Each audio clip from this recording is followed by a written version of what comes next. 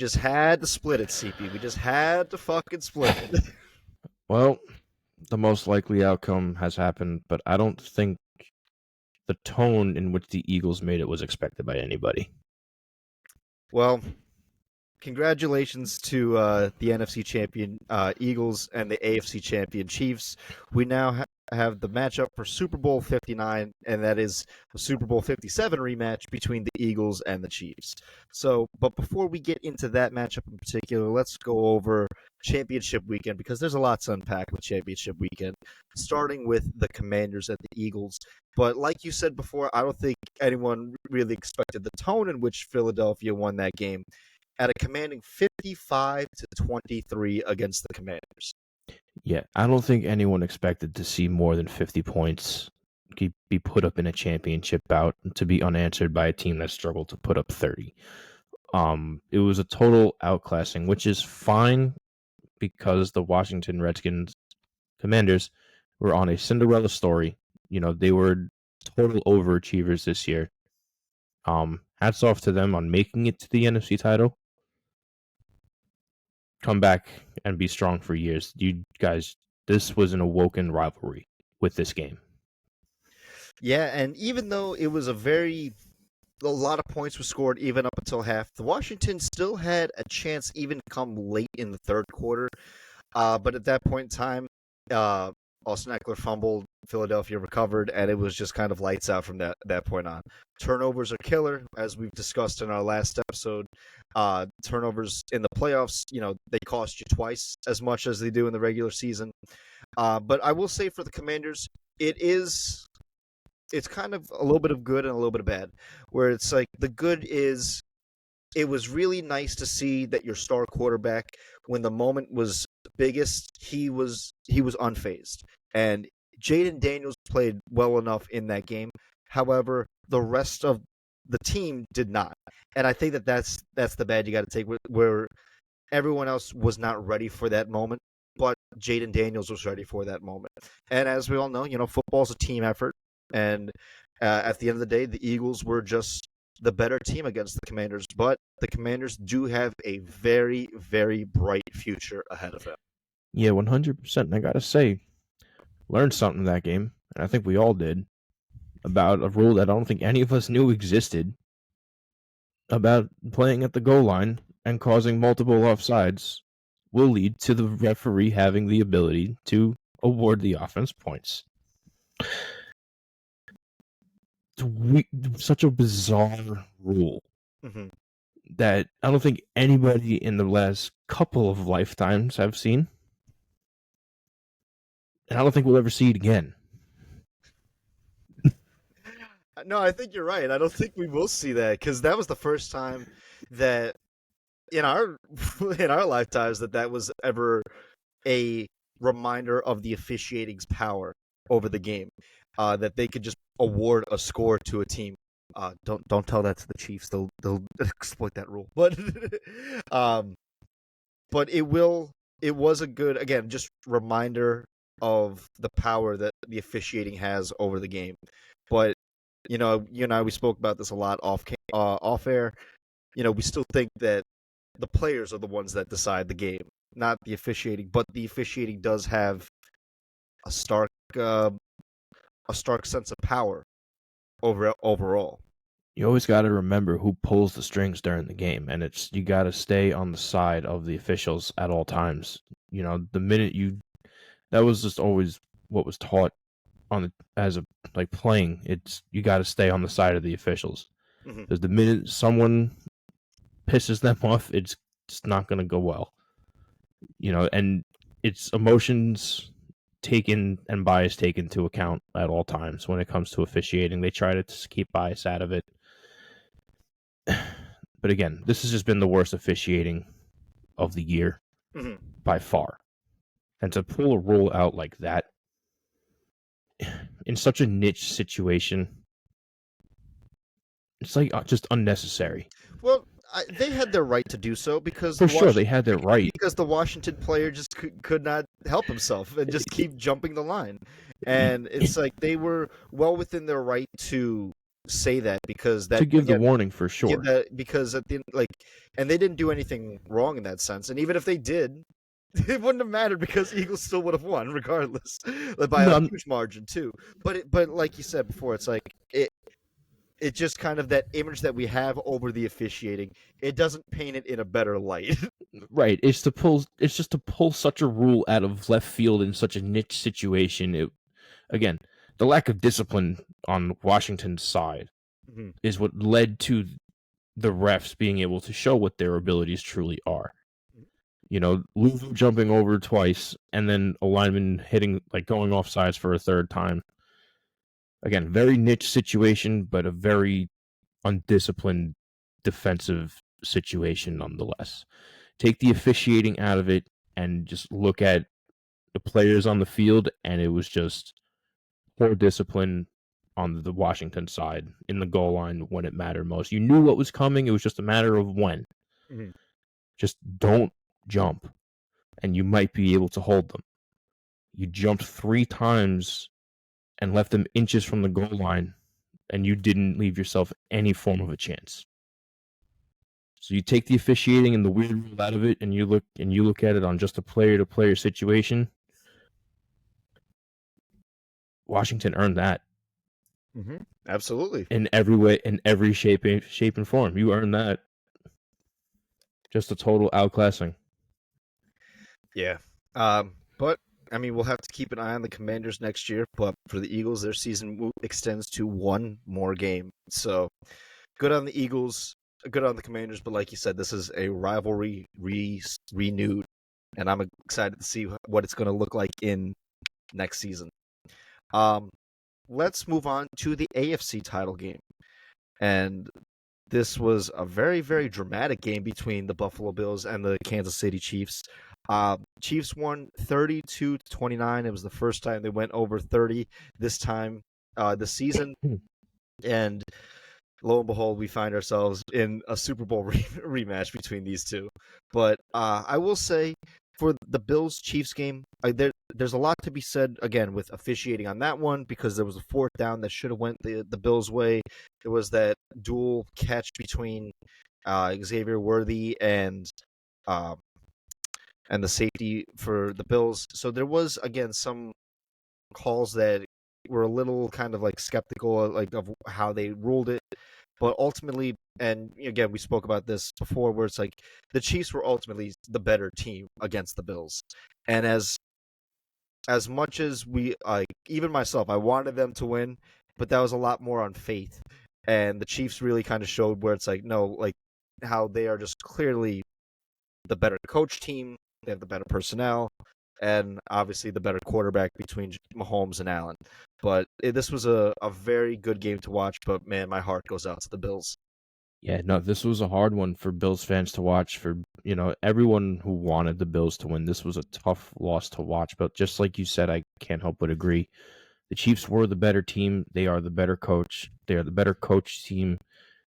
It's just it shows clear as day that it is a masterclass with Andy Reid when it comes to coaching. He knows how to prepare a team in every which way, and he knows that the team on the other side knows what to look for in that film. But he takes things and he puts it into a little side, special playbook for the playoffs that no one really knows, that he keeps locked away all year. Corner blitzes on defense. We're going to talk, just things that he doesn't do all year round. Saves it for the postseason. And that's what makes it lethal, and that's what makes him a absolute chess master. Is he pulls things that work out for years and years and years, and now he has a playbook a mile thick that people don't even know. They don't even know what to look for. It's crazy too that how Andy Reid's been coaching for about let's say 25 years, right? Head coaching, and he's still whipping out plays that we've never seen before or that we haven't seen in years. And it's just, again, it really shows the masterclass in coaching that it was.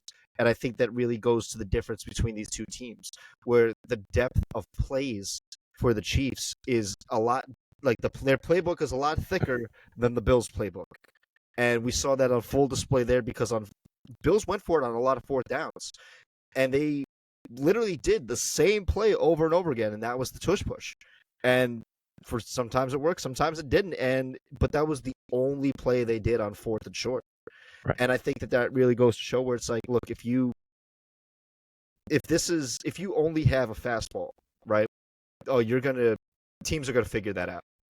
And teams are going to figure out that it's like, oh, if you give us plenty of film on one play in particular, we're going to prepare for that play because you're going to do that play a lot. And again, we'll talk more about the tush push with the Eagles versus the Bills. But last thing I will say about the Bills, this is the second year in a row where Bills are down 3 to the Chiefs, and the moment called for them to get a field goal just to tie, and the moment came up short. Now, last year, it contextually was very different. Josh Allen got them in field goal range, and then Tyler Bass missed it, right? And that's disheartening. And this time around, when they had 3.5 minutes left, all 3 timeouts, you're down 3 points, and your final play was 6 plays and 17 yards. And that was it. Now, the final play with Dalton Kincaid, it's like, yeah, that ball was tough. It was a catchable ball by that tight end, and obviously it's like he wasn't in the right position to make that a proper catch. But even still, like, it should have come down to that fourth down. You know what I mean? Right. That's the thing. When the chips are down and you're in the playoffs, you need your great players to be great, Mm-hmm. and that's really just what it comes down to. And unfortunately, I'm not saying the Bills don't have really good players. You got to remember they went into this postseason with 2 Pro Bowlers. Mm-hmm. That's not many players who are considered above the pool of athletic ability in this league. One of them is Josh Allen.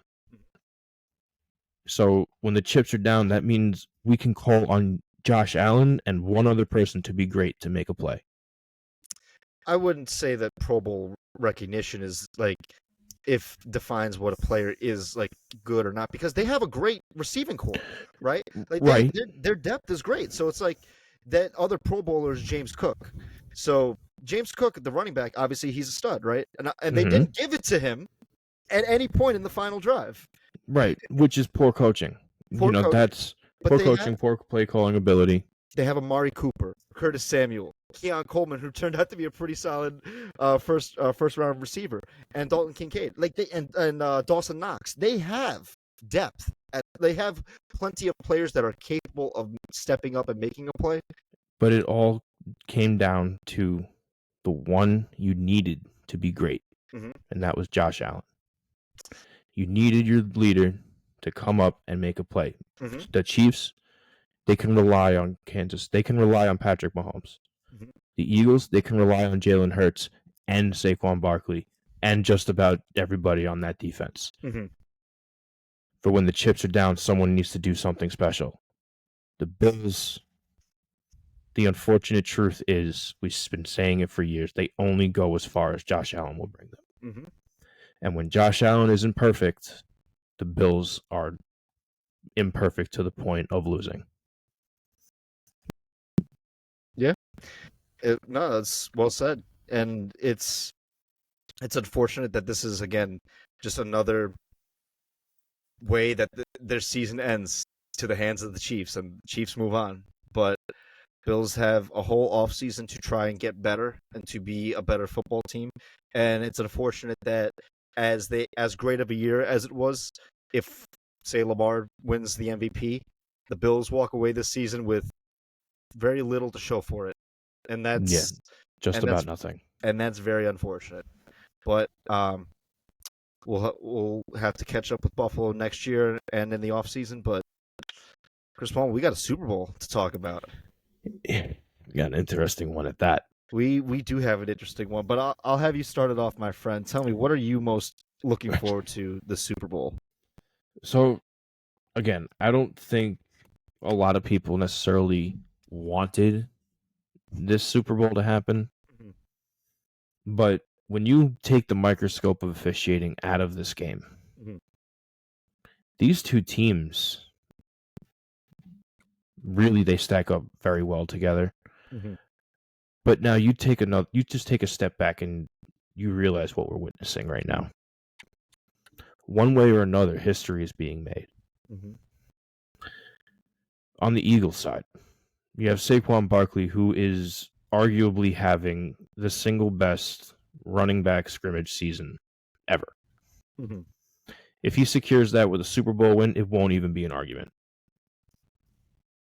It will be the best running season of all time. On a revenge tour for New York, it would be, first of all, it would be the most solidifying revenge tour ever. Pretty much. And then you have the three-peat. And it's like, if the three-peat happens, you can't take Patrick Mahomes off of Mount Rushmore. Mm-hmm. You simply can't do it. It can be argued now, it's a very faint argument at the moment. A three-peat, you can't stop that argument ever again. He would be the only one to do it. So this is really where who decides to be great and when. Like, what players step up? Right. This is that moment. Who has who where at the right time to be great? Mm-hmm. On the Eagles defense, they have some serious talent from front to back. Mm-hmm. You got Jalen Carter, who's emerging into one of the best defensive linemen in the league. He is a premier athletic freak at the size that he is. He should not be able to move the way he does. They have, who's the veteran linebacker that they have at the moment? Zach Bond. Nope, other one. Linebacker? Your linebacker. Brandon Graham. Brandon Graham, yes. Mm-hmm. Yes. Number 55. Number 55. Mm-hmm. Playing on one of his, probably a retiring year. Currently playing with a torn tricep. Going into New Orleans. I actually didn't know that he was playing with an injury. Yeah, he's playing with a torn tricep going into New Orleans. Think about that. Remember who did that last? Oh, Ray Lewis. Yeah, I do remember that with the fucking bionic arm that he had. The bionic arm. Yep. So there will be a bionic arm in New Orleans again for the Super Bowl. And then you have in the backfield a sleeping giant, is what I like to call him, Cooper DeJean, who is going to be one of the most locked down secondary in the next coming years. Mm-hmm. He's scary now. Wait till he hits his full stride and hits his prime. And he's just a rookie. Come his sophomore year, maybe his junior year, third, maybe fourth year, he will be just hitting his prime. And he's going to be lethal. Then you got Chris Jones on Kansas City, who you just can't oversee him ever. But the idea of him trying to break the line of that Eagles offense relatively alone sounds like, off the top, I can't really think of the Kansas City defense off the top of my head. George Karlaftis, Nick Bolton, Trent McDuffie, just to name a few. But on the line, George Karlaftis. I don't know him off the top of my head, but thank you. But Chris Jones is the star on that front. Mm-hmm. Oh, clearly. So he's going to have to be the one to penetrate most of the night against that Eagles O-line. Mm-hmm. And that's a tall order going into the best offensive line in the league. Mm-hmm.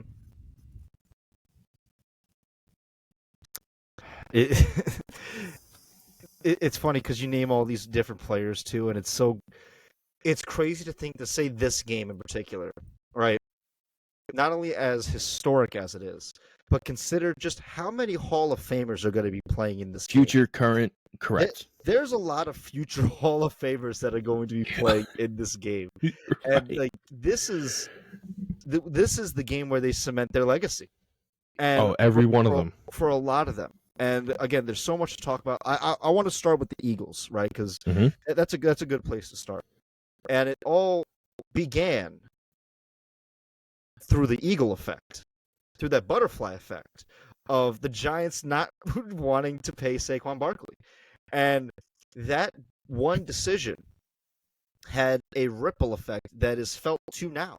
That has been what is the deciding factor of this game in particular, because Saquon leaving the Giants and coming to a team that has embraced the run as a hard-nosed running football team, said, "Look, come in. We're gonna help you achieve the heights that you were destined to reach." And this is kind of the age of, as we said before, this is like the renaissance of running backs this year in particular. But this is not uncommon too, because we saw this a couple of years ago with Christian McCaffrey coming to the 49ers, where it's one player coming in and like the way they play football is infectious towards everyone else on the team. Like they are the engine of that team. And and players on offense, especially at running back, it's like their offensive production is the whole catalyst to how that team operates both offensively and defensively on on both sides of the ball. And so we saw that first with Christian McCaffrey a couple years ago. This year, we saw an absolute influx of so many different running backs having their best years on different teams. And it starts like we can name so many of them, right? We could like Saquon, Derrick Henry, Joe Mixon, Aaron Jones, just so many players, Josh Jacobs, just to name a few, right? But it's led by Saquon because of just his outstanding historic performance, as you said before. He's obviously he ran for 2,000 yards this year, and he almost could have broken Eric Dickerson's rushing record. And I think a lot of us wanted to see that too. But to your point, right? The best season by a running back. He right now in these 3 games, he is 30 rushing yards away from the most yards by a running back in a postseason run of all time. And so, Right. so he runs for 30 yards, he breaks that record, right? So, Right. So when he shatters that record to pieces and holds it for the next 20 years. But it would mean nothing without that ring, though. It'd be Right. very forgotten about without that ring. And so with Saquon, this, even though it's the same 2 teams as it was 2 years ago, it is not the same 2 teams as it was 2 years ago. Not even close. And this Eagles team is so much better than the team that we saw 2 years ago. They have made so many decisions this past offseason that has really solidified them as not only a formidable team in the NFC, but a very cunning team run by executives that make smart decisions. Good on Howie Rozelle, general manager of the Eagles, man. Like they make smart decisions because obviously getting Saquon, right? That's clearly not that's a big decision to make, right? And especially for the contract that he had. But getting Kellen Moore, getting Vic Fangio, hitting in the draft with Cooper DeJean and Mitchell, you have 2 stud rookie cornerbacks that are absolutely killing it. They have 2 white DBs. It's like we haven't even seen one in so long. Let's go back a little bit. It started with the idea of keeping Jalen Hurts and investing in him. That is right. That is when it started with the proper decisions. Because remember, they were less than a week away from the trade deadline when the talks of Jalen Hurts getting traded before the deadline started coming around, and that picked up speed in a week. Mm-hmm. And then it decided that they were keeping him, and if I remember correctly, they fired their head coach. Yeah. I believe was it Doug Peterson at the time? I believe it was. Yeah, because it was Doug Peterson, and then they assigned Nick Sirianni as interim head coach. Mm-hmm. No, he wasn't. He wasn't interim. He was an outside hire. He was an outside hire. Okay. So, but that was the first proper decision that led to the ascension of what is now. Then remember, they traded for AJ Brown, and then they went and they got Devonta Smith, and then they traded running back, his small dude Sanders, I believe his last name was Miles Sanders, yeah. Miles Sanders. For trade, they got Jalen Carter. They started making moves years ago. That's what landed them in the Super Bowl 2 years ago. But the consistency of, like you said, of the cunning and the willingness to continue and better the team and invest in your stars is what brought them here now to where it looks really like a mismatch on the other side. Well, I will say, like, the Eagles right now this season have played some of the best complementary football you could imagine. Oh, yeah. They have the number 1 ranked scoring defense and number 3 in rushing offense. And it's funny because for any other quarterback, right, like, he'd be so much praised, but Jalen Hurts has been criticized a lot because it's like, oh, he's not passing for not even 200 yards. But he hasn't needed to. That's the thing. It's like, you don't think that I can't do it. And I think I told you this before, but I just kind of want to reiterate here, where it's like, when we saw the championship game, I was with T, and he said that, man, I don't want to see the Eagles in it because he wanted the Commanders. He's like, I want to. Do you really want to see Jalen Hurts throw for 140 yards in a championship game? And I was like, man, I don't know. That when he played in the Super Bowl, he had 5 touchdowns over 350 yards. Man, he was right. on Like, fire. it's a different Jalen Hurts. And in the NFC title game, he had 250 passing yards, a passing touchdown, and 3 rushing touchdowns. And he played lights out. Listen, dude can play. And yeah, we've been saying it for years that people underestimate how scary he really is as an athlete and a football player and a quarterback. Dude can play. It's just he has so many other pieces around him. He doesn't have to show that every game. Yep. Games can go by where he doesn't need to show it. But again, you got to take the floor with the ceiling of every quarterback. He's lethal. His problem also, he gets frustrated easy, and then he can start making mistakes. Haven't seen that this year. But like we've been saying for weeks, the other shoe has to drop at some point. Yeah, the other shoe has to drop. But for Jalen Hurts, I think it's time that we should really start incorporating his name when we talk about modern elite quarterbacks. Absolutely. And I think that he doesn't get enough credit for the success of this Eagles team within the last couple years. And again, we overlook the fact that he brought the Eagles to a Super Bowl 2 years ago. We overlook the fact that he's right now bringing them back to a Super Bowl. And a lot of that is because of his contribution on offense, his leadership, his decisiveness. And these are all qualities of franchise guys that we associate with the Mahomeses, Allen, Lamar, Burrow. Herbert. Even Herbert. But I would put Jalen Hurts right there. Absolutely. With those top 4 guys. And I like Herbert there. I'd put Herbert 6'7" or so. But I put between those 4 guys, you could Mahomes at 1, and then everyone else you can kind of argue amongst yourself, but Hurts is right there. And I think that it's kind of exciting to say that's he hasn't needed to do much on the offense because Saquon has done so much offensive production. He's had a huge production year, right? And then Jalen Hurts has kind of taken a step back. Well, not a step back, but he hasn't put up the flashy numbers, right? But they're more in tandem than ever. But when the moment calls for him to step up, he steps up. And I think that a lot of people overlook that with Jalen Hurts. And they have for years. They have for years. But I hope now that this is something where it's in the biggest moment, being that he has played in this game before, against this opponent before. And I think that, look, all the chips are out on the table. And much like you said, with Andy Reid and his, depth of playbook, Jalen Hurts is going to have to reach into his depth of talent to get him just kind of be hey, we're not holding anything back at this point.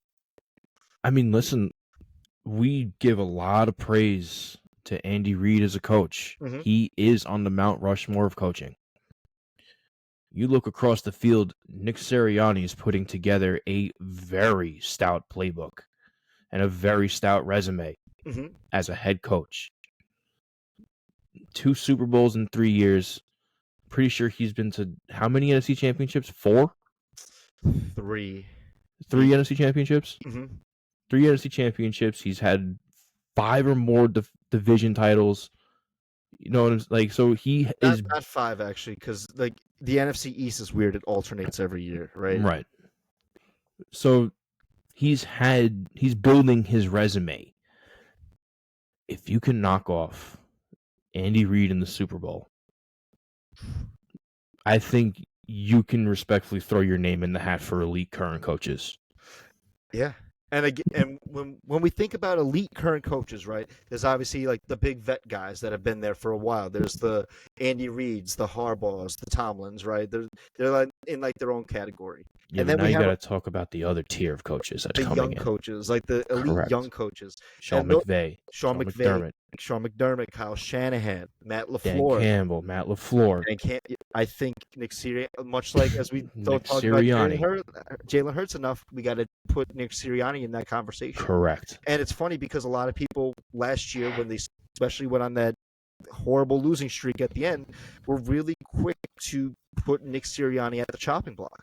And I'm glad that the Eagles had enough faith and confidence in him that said, no, we're going to make changes to like the coaching personnel, but Nick Sirianni's still going to be the leader of this team, the head coach of this team, and it pays off dividends. And I think that, like you said before, he is building a resume where it's like a lot of other young coaches would love to be in, like, to bring their team to the Super Bowl. And he did it twice in a 3-year span, which is absolutely crazy to think. And it's been he's established an identity for that team. And again, like we said before, this team is better than the one 2 years ago. Absolutely. And I'm also grateful that the franchise owners of the Eagles saw, remember the outburst that happened this year with Nick Sirianni against the fans at the Brown Stadium? Yeah, I do remember that, yeah. And even more people started calling for his head. Get rid of him. We don't want to see that, blah, blah, blah. You got to remember, everyone's entitled to a bad day. Mm-hmm. Everyone's entitled to have something be said to them where it just gets under their skin and you can't help it but react. Mm-hmm. You're in a very reactive game. The whole game is based on reaction, and it's reaction met with aggression. Mm-hmm. So if you're in that mindset for 3 hours, as a coach, you're still trying to be as an aggressive coach. You're reacting as things go on. Mm-hmm. You hear something you don't like and you react. That's what happens. Mm-hmm. So I'm glad they played it off as like a once is an anomaly, twice is a pattern type of thing. Mm-hmm. It was a random outburst. It didn't happen throughout the rest of the year, and they were off to the races from there. Pretty much. So it was like from that moment. His head too. What happened? That, like, after that, he shaved his head the following week. Right. He shaved his head, went a little batshit, and then came back and was fine. It's funny too because he encapsulates what the Eagles are, right? Like Mm-hmm. where it's like they're rowdy, like they're fans, for instance, like they're rebels. Like they're rebels. They like being the bad guy. They like being the bully. They embrace being hated. They're very loud. They're very brash, and they're not. But they've had the success of the franchise for as long as we've known.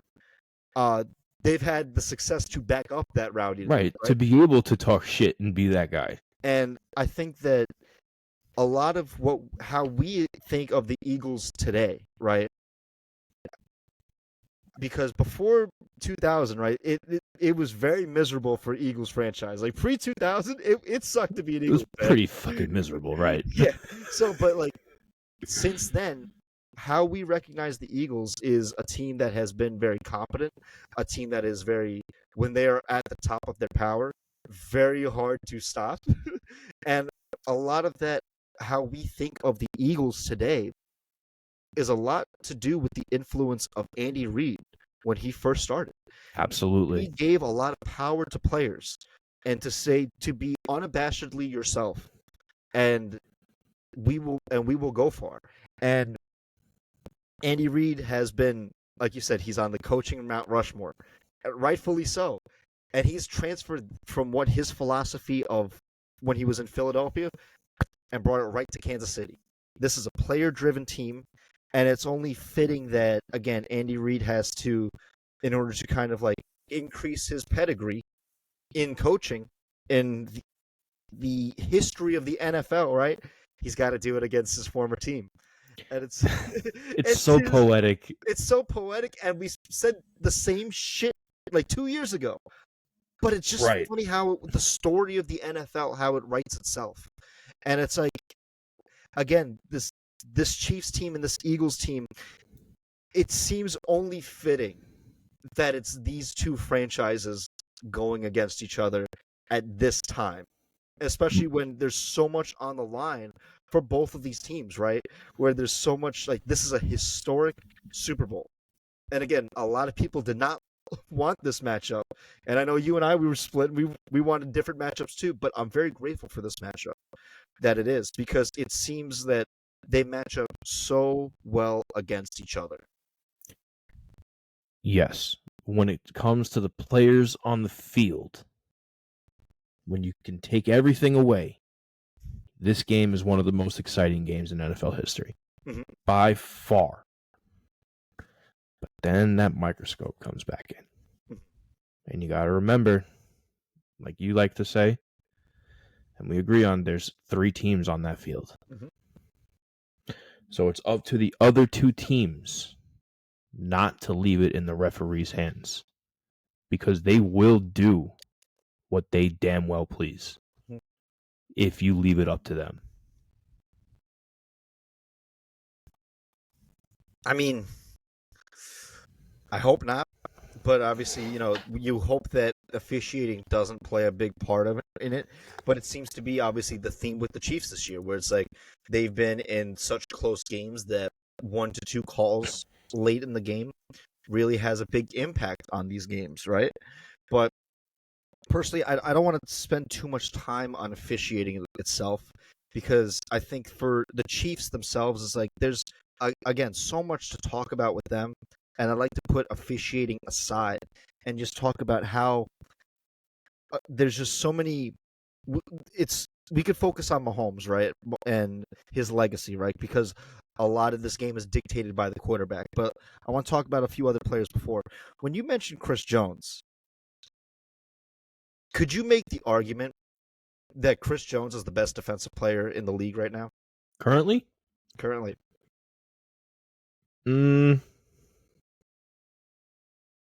I would put him in the conversation. I don't know that I would put him at number 1. Who would you put ahead of him? Trey Hendrickson. Okay. I wouldn't, but I respect it. There's not many people in that. It's a good argument. He's definitely one of the best defensemen in the league. And it's crazy too, because he doesn't get as much recognition as he probably should. He's a Hall of Famer. He's a certified Hall of Famer without a doubt. And I think that, again, without Aaron Donald in the league right now, it's like you can make the argument that Chris Jones is the best defensive player currently playing. Absolutely, you can make the argument. And I think that another big key to the success of the Chiefs is Steve Spagnuolo in that defense. He's another guy where he's the defensive coordinator, where it's like not many people know his name, but those who do, it's like, oh, you know Steve Spagnuolo, like, you know his defense, you know how he is. I mean, he is a Hall of Fame defensive coordinator that Absolutely. is going to make it he's going to provide very good matchups against the Eagles and what they're trying to do. And we all know the Eagles are going to try to run the ball. They're going to give it to Saquon as much as they can, right? And the Chiefs have a really tall order on them to stop them. And I think that sometimes, and we even do it sometimes ourselves, where it's like we think that the game is quarterback versus quarterback. No, but it's like it's offense versus defense. Right. It's a dance. It's a dance. And so it's like that Chiefs defense against that Eagles offense and vice versa. And in these two defenses are going to be have such a tall order for it, and especially flip it to the Philly defense, right? That Chiefs offense. Excuse me, that Chiefs offense hasn't been as productive as it's been in years past, but it's still been lethal Yeah, as it's ever been. 100%, because that offense has turned into from a one-punch slugger like juggernaut to death by 1,000 cuts. Mm-hmm. Like, we're just going to keep you on the field, and we're going to take every bit of you on the way out. Mm-hmm. And that's what the all-time great teams turn into. And that's what we're watching with Kansas City actively. This is that. They are now that team where they will beat you every which way. They will find a way to beat you in every way. They will tap into your own playbook and show you they're better than you at what you do. And when that's done, they're going to show you that no matter what you try, we have a play for it. Mm-hmm. And we're here to stop it. Mm-hmm. And that's just the makings of an all-time team. And and obviously you have so many different ingredients that incorporate with that, right? Like their offense is like, you look at their receiving core, right? It's like it's better than it was a year ago, right? But it's Still a still bunch of journeymen. you got D Hop a little bit, past his prime. You got Xavier Worthy. You got obviously Travis Kelce, right? Noah Gray, Samaje Perine. I did see Pacheco on championship weekend, so Pacheco is back and he should be running again. So that's a good good. add-on. And so they're a team where it's like the Chiefs don't have that many Pro Bowlers, right? But that doesn't mean that they're not a lethal offense. And even Mahomes wasn't a Pro Bowler this year, which is wild. But we know what he's capable of. And right. and I think that if you're the Eagles, you do not want to either be up or tied with the Chiefs and give Mahomes any time left on that clock. Because we've seen it time and time and time and time again where Mahomes, when the moment demands him to be clutch, he will just be clutch. And he will get exactly what he needs to. Like you said before, when players have to have it, he's had it the most. Yeah, when the chips are down and you need Patrick Mahomes to be great, he knows when to be great and how. If he needs you to march down in 6 plays and score a touchdown, he will. Mm-hmm. If you're going to give him 30 seconds on the clock and he needs to march down X amount of yards to get into field goal range, he knows exactly how to do that. There's a reason why his nickname has been the cheat code since he's come in the fucking league. He knows what to do. He is that good, and that is just the truth. He had one of his worst seasons this year when it comes to stats, but he didn't need. Again, he's another one of those players who didn't need to show, I need to be great like that every play. Mm-hmm. Because we are now winning in different ways. Take the controversy out of it. For it to be led to that point, they are taking every team to their physical limit. Mm-hmm. And that's what they've been doing. They've been testing themselves at every level of every way of this game. Mm-hmm. To where now they are at the highest level, and they're going to show what they are capable of. Mm-hmm. They spent all year showing teams what they were capable of, meaning their opponents. Now it's time for you to show what the Chiefs are capable of in the Super Bowl. Mm-hmm. And this, like you said, this game is historic, right? There's so much riding on this one, right? Chiefs win, they become the first team ever to three-peat, and what really changes our perception of the Chiefs dynasty compared to so many others in the league, right? And how we look at other teams and in the past of like the dynasty of the Steelers of the 70s, the dynasty of the 49ers, the Cowboys, Patriots, right? And it's like they would still achieve something that none of those other teams would have done. This is something that's like Mahomes was thinking about this. He wanted this as the confetti was falling on him during last year's Super Bowl. He was already thinking about this game right here. And I got to give a lot of credit to him, man. Like, they've been focused all year. Like, they've been a very focused team. They have been a driven team. And their leaders don't fail them. their leaders in the locker room, like Andy Reid, Steve Spagnuolo, and then obviously on the field with Mahomes and Kelsey. It's like, and Chris Jones. These are all players that, you know, understand what it means to be great when the moment calls for you to be great. And it's this matchup is just an unstoppable force meets an immovable object. And something's gonna have to give, and the biggest thing is like, what's going to give? Personally, I think the biggest X factor in this entire game is Saquon Barkley. Oh, absolutely. It's how do you stop him? He, depending on how he does, will determine the outcome of this game. And I know that's a lot to say. That's very loaded, but it's true. I really think that to be true, where it's like he will be the biggest difference maker in this game. Well, then it's going to come down to how that Chiefs defense prepares to stop him at the line of scrimmage. Because remember, he is, in my opinion, he was one of 2 running backs this year who was one move away from breaking for a large run every time he touched the ball. Mm-hmm. It was him and Derrick Henry all year. That's all it was. Mm-hmm. All the other running backs, they had great years. It was those 2. Where you can confidently say every time they touched the ball, if they made one move and made one guy miss, open field was right in front of them, and there was not a lot of things defenses could do. So it's going to come down to, can you stop him at the line of scrimmage and stop him after he makes that move? Mm-hmm. No matter what, can you stop him after that move happens?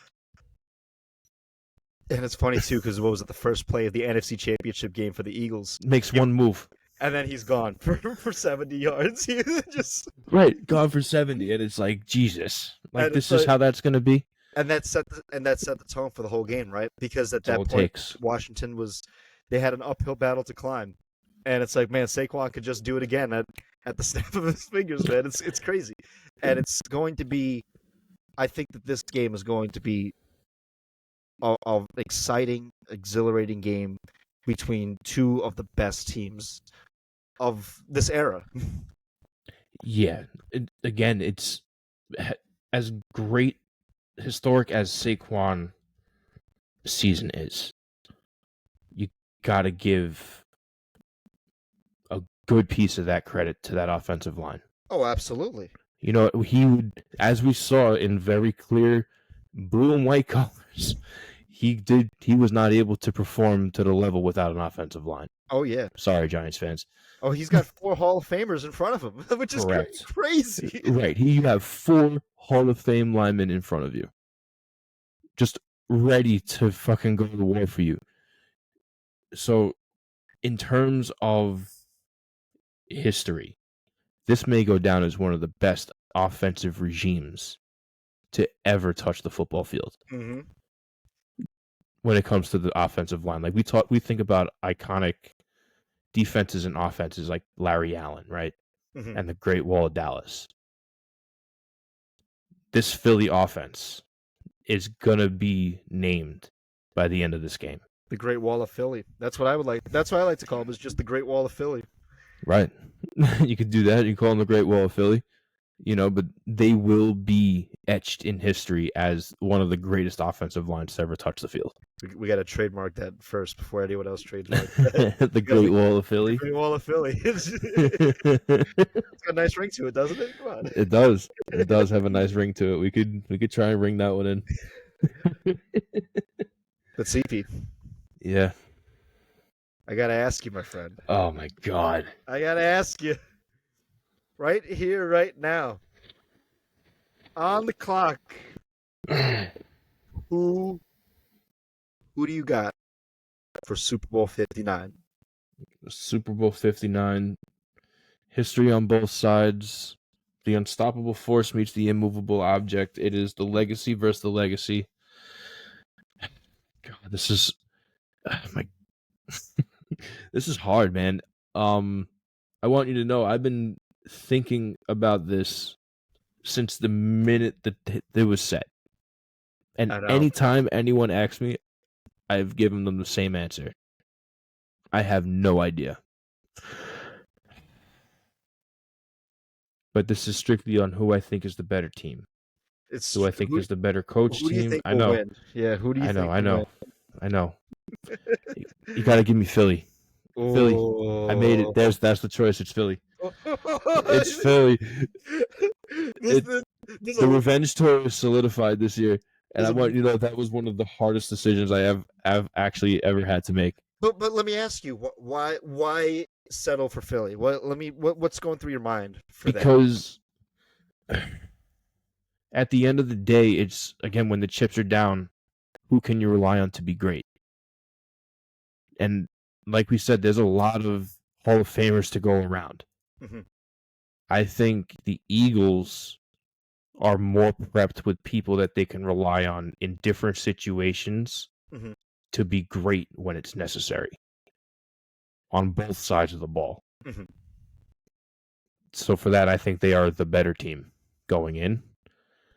Preparation is key. It's going to come down to probably the last drive, and it's going to be the cleanest team wins. Again, the Eagles did something that never happened in the NFC Championship to go over 500 yards total offense, have 6 touchdowns with no turnovers.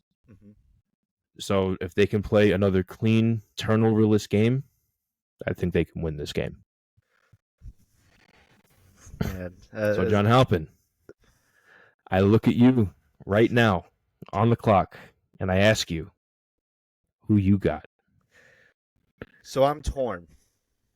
I'm torn right now because much like you, this isn't easy, right? And it's like we saw 2 years ago both these teams unleashed, right? Yeah, but like you've been saying all episode, these are two totally different teams. I know. I'm torn because my heart wants Philly. My heart really wants Philly. Gut saying Chiefs. But my mind is saying Chiefs. And when I'm looking at it, it's like, do I follow my heart or do I follow my mind? And it's so tough. And if I have to pick right here, right now, you're on the clock. I'm picking the Chiefs. Oof. I don't want the Chiefs. And again, I want to stress. It hurts. I don't want the Chiefs. But how many times have we seen the moment be big for Kansas City and for them to prevail? Even 2 years ago when it was tied 35-35 and the Chiefs had to have it. They got it. And it's hard when it's like, again, there's just so star-studded stars on the field, excellent coaching, two of the best teams going at it. And if you remember last year's matchup between the Eagles and the Chiefs, it was a full 60-minute game, too. That was in Arrowhead, and that was a full 60-minute game. The Super Bowl was a full 60-minute game. Yeah. Expect another one. This is going to be another one. But if the Eagles make the mistake of giving the ball with time left to Patrick Mahomes, I don't doubt that. I don't doubt at all that he can just get it. And so with that, I'll pick the Chiefs to win it, but I do want Philly to win. That's the torn. All right, we're split at the end, mate. I love it. There you guys have it. There are our picks for the Super Bowl. Please leave a like, a comment, subscribe. Please let us know who you think. Will it be the Chiefs? Will it be the Eagles? History on both sides. The revenge tour on one. Legacy with the coaching.